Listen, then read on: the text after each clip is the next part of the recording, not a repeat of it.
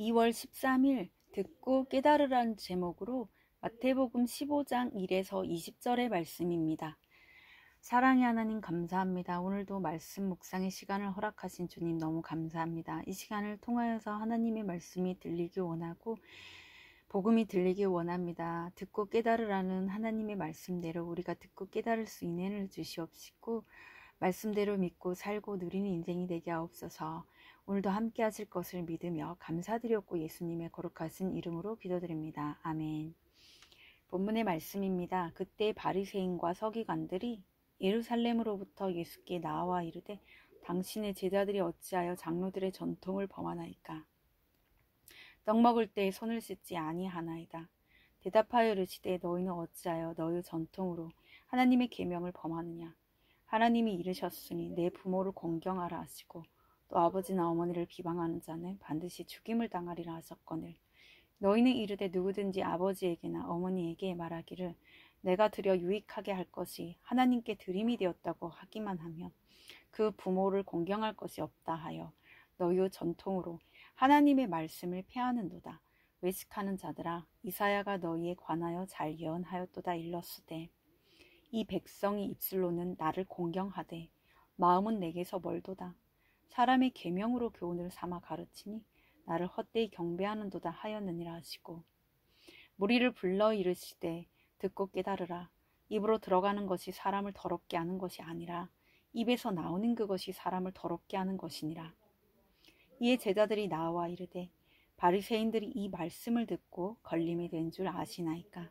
예수께서 대답하여 이르시되 치는 것마다 내 하늘 아버지께서 심으시지 않은 것은 뽑힐 것이니 그냥 두라. 그들은 맹인이 되어 맹인을 인도하는 자로다. 만일 맹인이 맹인을 인도하면 둘이 다 구덩이에 빠지리라 하시니 베드로가 대답하여 이르되 이 비유를 우리에게 설명하여 주옵소서. 예수께서 이르시되 너희도 아직까지 깨달음이 없느냐? 입으로 들어가는 모든 것은 배로 들어가서 뒤로 내버려지는 줄 알지 못하느냐? 입에서 나오는 것들은 마음에서 나오나니 이것이야말로 사람을 더럽게 하느니라. 마음에서 나오는 것은 악한 생각과 살인과 간음과 음란과 도둑질과 거짓 증언과 비방이니 이런 것들이 사람을 더럽게 하는 것이요 씻지 않은 손으로 먹는 것은 사람을 더럽게 하지 못하느니라. 아멘. 두 말입니다. 공경하다는 공손히 받들어 모시다, 귀하고 높게 여기다는 의미이고 폐하다는 없애버리다는 의미입니다. 외식하다는 속과 달리 겉을 꾸미다, 겉만 보기 좋게 꾸미어 드러내다라는 것이고 경배하다는 높이 여겨 절하다, 예배하다는 의미입니다. 12절에 걸림이 되다는 실족하다, 걸려 넘어지다라는 뜻입니다. 본문 요약입니다. 예수님은 바리새인과 서기관들에게 그들이 사람의 전통으로 하나님의 계명을 범한다고 말씀하십니다. 이 말씀을 듣고 걸림이 된 그들은 맹인이 되어 맹인을 인도하는 자라고 알려주십니다. 또한 사람을 더럽게 하는 것은 입으로 들어가는 것이 아니라 입에서 나오는 것이라고 하십니다. 오늘의 중보기도입니다. 교사와 학생들이 지혜의 말씀을 듣고 깨닫는 자가 되어 주 뜻대로 가르치고 배우게 하옵소서. 아멘. 본문의 설입니다. 첫 번째, 헛된 경배 1에서 9절의 내용입니다. 장로들의 전통은 바리새인과 서기관 같은 율법 교사들이 구약의 율법 위에 인위적으로 덧붙인 규범을 가리킵니다. 예수님은 이것을 하나님의 계명이 아닌 사람의 계명이라고 하십니다. 사람의 전통을 따른다는 명분으로 하나님의 말씀을 지키지 않는 것은 결국 헛된 경배입니다. 하나님을 진정으로 높이고 예배하는 길은 내가 옳게 여기는 생각대로 많은 행위를 하는 것이 아닙니다. 손이 아닌 마음을 씻으며 오늘 주신 말씀에 순종하는 것이 참된 경배입니다. 적용 질문입니다. 가정과 교회에서 내가 고집하고 있는 사람의 전통은 무엇입니까? 주님을 참되게 경배하고자 씻어야 할 나의 마음은 무엇입니까? 두 번째, 맹인을 인도하는 맹인 10에서 14절의 내용입니다. 참된 예배의 시작과 끝은 주의 말씀을 듣고 깨달아 행하는 것입니다. 말씀을 듣지 않고 자기 생각대로 말하고 행하니 영적 맹인으로 남습니다. 또 말씀을 들어도 자기 안에 있는 죄를 인정하고 회개하기를 거부하니 결국 깨닫지 못하고 의심과 원망에 빠집니다. 내가 날 때부터 죄인이다라고 고백하며 죄에서 돌이켜 주를 따르는 사람이 하나님 아버지께 만세 전부터 심으신 성도요 주께로 이웃을 인도하는 복음의 일꾼입니다. 적용 질문입니다. 최근 내가 들은 말 중에서 마음에 걸림이 된 말은 무엇입니까? 탓하며 원망하기를 그치고 회개해야 할 내 죄악은 무엇입니까? 세 번째, 사람을 더럽게 하는 것. 15에서 20절의 내용입니다. 예수께서 제자들에게 아직까지 깨달음이 없느냐라고 야단치십니다. 그들을 사랑하시니 이렇게 양육하시는 것입니다. 예수님의 제자인 우리가 깨달아야 할 진리는 남이 아닌 내가, 세상이 아닌 내 마음이 악하고 음란하다는 것입니다. 예수님은 내가 옳다며 타인과 세상을 정죄하는 의인을 부르러 오시지 않았습니다. 주님은 나를 더럽히는 것이 내 자신임을 인정하는 죄인을 불러 구원하십니다. 그러므로 내 안의 죄악을 날마다 말씀으로 비춰 회개하는 것이 최고의 깨달음입니다.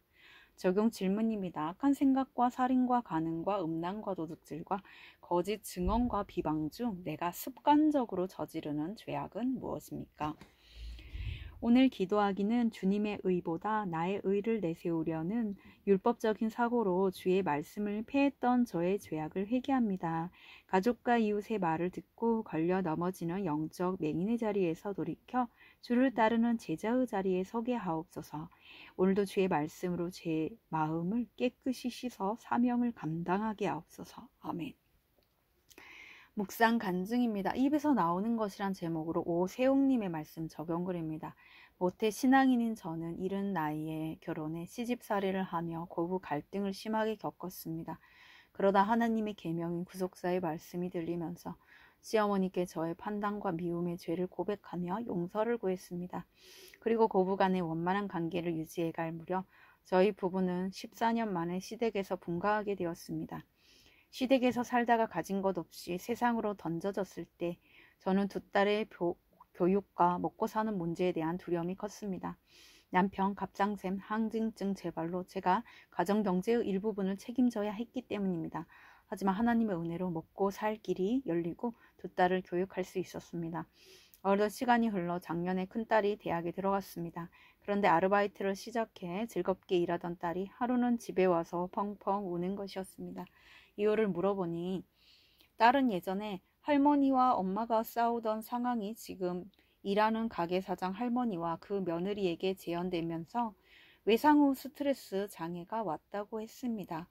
지난 세월 자녀들 앞에서는 제 감정을 내색하지 않으려고 노력했는데 딸의 첫 사회생활에서 저로 인한 상처가 드러나니 마음이 너무 아팠습니다. 하지만 주일 설교 말씀에 따라 상처에 핑계하며 숨지 않겠다고 적용하는 딸이 대견했습니다. 저도 큐티를 하는 동안 시어머니의 눈물이 기억났는데 맏며느리로서 시어머니의 마음을 헤아려 드리지 못하고 시댁으로부터 물려받을 유산에만 욕심을 내는 저의 모습이 깨달아져 회개가 되었습니다. 분가 이후 자주 병치레하는 남편을 간호하면서 생색과 원망이 올라왔습니다. 마음에 있는 이런 감정들이 입에서 새어 나올까 조심해야 했지만 그러지 못했습니다. 경제적으로 어려울 때마다 시어머니의 물질적인 도움으로 그 시기를 넘기시면서 시어머니의 눈물을 외면하고 싶었던 악한 마음을 회개합니다. 이제는 날마다 주의 말씀으로 제 마음을 깨끗이 씻어 성령의 도우심으로 가족을 섬기길 원합니다. 이분의 적용하기는 시어머니에게 안부 전화를 자주 드리겠습니다. 큰딸의 PTSD 치료를 위해 고양이를 기를 수 있도록 허락하겠습니다. 입니다.